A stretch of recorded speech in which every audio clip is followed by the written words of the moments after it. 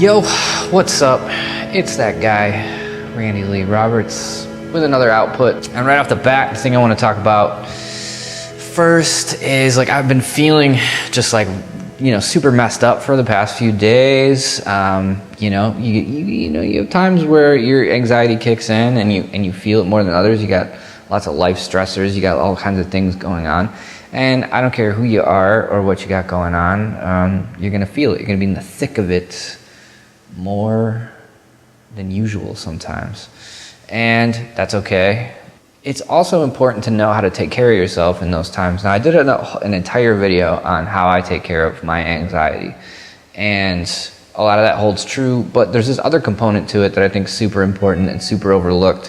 When we're having a hard time, or when we're feeling off, or we're feeling down, or we're feeling, messed up, or when I'm feeling messed up, it's so easy for me to overlook my physiology. And what I mean by that is I don't take inventory of what's been going on with me physically over the last 24 to 48 hours. And it's important for a lot of reasons. So, for instance, the other day I was feeling absolutely just wrecked. And I was okay, time out. What happens is I'll ask myself a few different questions about completely different areas of my life. And I'll, how do I feel about music? How do I feel about my life? How do I feel about my health? How do I feel about my relationships? I'll ask myself really simple questions in each of those categories. And if I have a really negative response in every category, I know something's up. I'm compromised, and I gotta not think about anything important for a minute and go ahead and make some changes. What I do first is I look at my physiology, because a lot of times it's physiology. In this case, I just wrote down physiologically what's been working against me over the last few days. Have I gotten enough sleep? No, definitely not. I only slept for 3-4 hours a night for a few nights.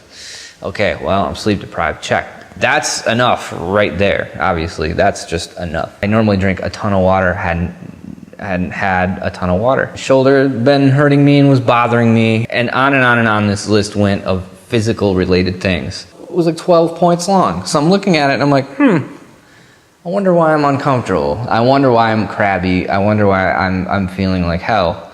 Well, okay, so what do I do to remedy this?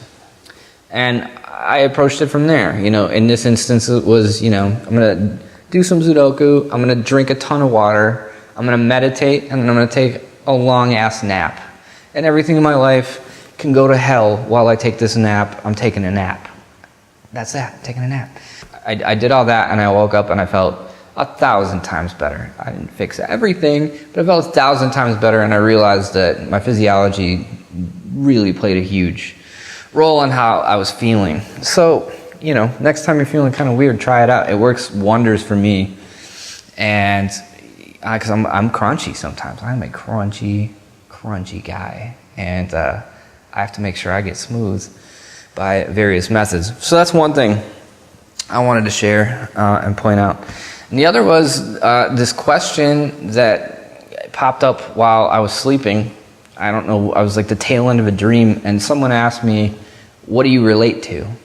And I thought it was a really interesting question, because I was thinking about it in the context of exploring some of my friendships, or maybe something I could ask other artists to sort of explore the space that they're in.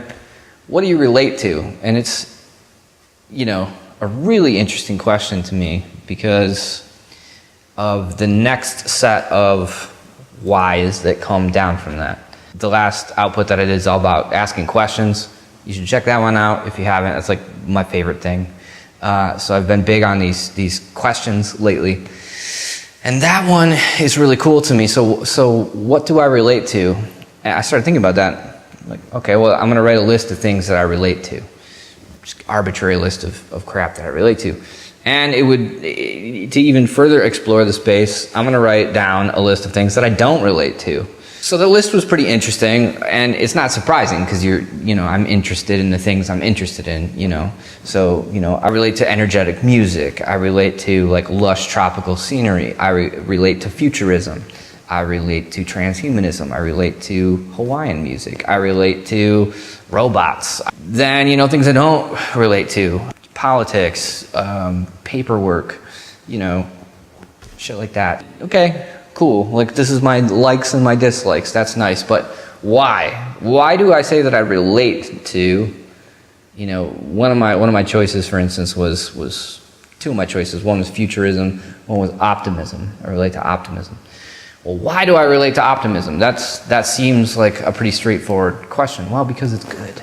You know, optimism is inherently good. Why do I relate to that? Both of the answers to those questions had some similar features. And where futurism was concerned, I was thinking about it. I'm like, well, you know, futurism is really cool because it's got both feet on the ground and its head in the cloud or clouds, no pun intended. That's cool because it leaves the door wide open for imagination, but it's acknowledging what exists, right? And it's through the lens of, you know, current reality and possibilities for a future reality through the lens of technology, right? So it's really cool because it's an imaginative exercise, but with this distinction of technology, you know, this one extra filter plugged onto it. And I love creative exercises because of the discovery. I love discovering things. That's why I like any kind of creative endeavor for the most part, because I like to feel like I'm discovering things. So this is a lens you can think through to discover imaginative technological outcomes. And that's really cool. And how that pairs in with optimism is because optimism is also a form of creativity, in my opinion, because you're exploring and creating new possibilities that are based on something that's happening at the moment or an observation currently, and then you're adding, but through the lens of good, through the lens of you know, a triumphant purpose. And it revealed some really cool things about optimism to me that I think that, you know, the reason why it's so enjoyable is because it's so metaphysically kinetic. It's moving you. Optimism moves you up away from something or towards, you know, a light, and whatever that light is for you. But it's metaphysically kinetic. And, you know, when I was writing things down, I wrote, it's like optimism is like a wind to the flame of your willpower. And I like that. I think that's cool. That's an observation. But that observation just came from, why do I relate to optimism? So I only did a few of them today, and I'm going to go through what I'm going to do. I'm really interested in doing the you know, what don't I relate to? Because I think the line of inquiry that, you know, comes from that is going to be interesting, and I'm going to learn things about myself. And I'm excited to ask this question of people that I meet out in the world, and ideally some artists that I'm going to be talking to soon for something that I'm working on. And I'm excited to ask those questions in relation to the art that I'm working on right now. I've just been excited to ask questions of pretty much everything, including of my art, and figuring out what question or questions my art is posing.